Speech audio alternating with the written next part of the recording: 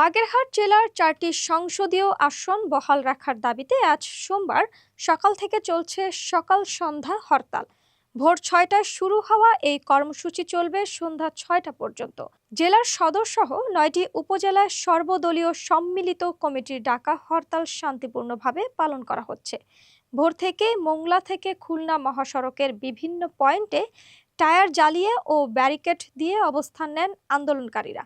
বাগেরহাট জেলা বিএনপির সমন্বয়ক এম.এ. সালামের নেতৃত্বে বিএনপি, জামায়াত, এনসিপি ও ইসলামী শাসনতন্ত্র আন্দোলন সহ বিভিন্ন রাজনৈতিক দলের নেতাকর্মীরা কোর্ট, নির্বাচন অফিস, নোয়াপাড়া মোড় ও কাটাখালী মোড়ে অবস্থান নিয়ে হরতাল পালন করেন।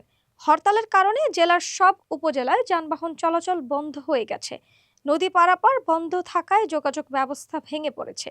সরকারি, বেসরকারি অফিস, শিক্ষা প্রতিষ্ঠান, দোকানপাট ও ব্যবসা প্রতিষ্ঠান বন্ধ রয়েছে। দলমত, ধর্ম, বর্ণ নির্বিশেষে সর্বস্তরের মানুষ হরতালে অংশ নিচ্ছে।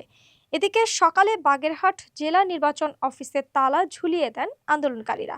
বাগেরহাট সর্বদলীয় সম্মিলিত কমিটির কনভেনর ও জেলা বিএনপির সমন্বয়ক এম.এ. সালাম বলেন, আমরা আমাদের 4টি আসন বহাল রাখার দাবিতে নির্বাচন কমিশনে আপত্তি জানিয়েছিলাম, কিন্তু ইসি তা অগ্রাহ্য করে 3টি আসন রেখে গ্যাজেট প্রকাশ করেছে।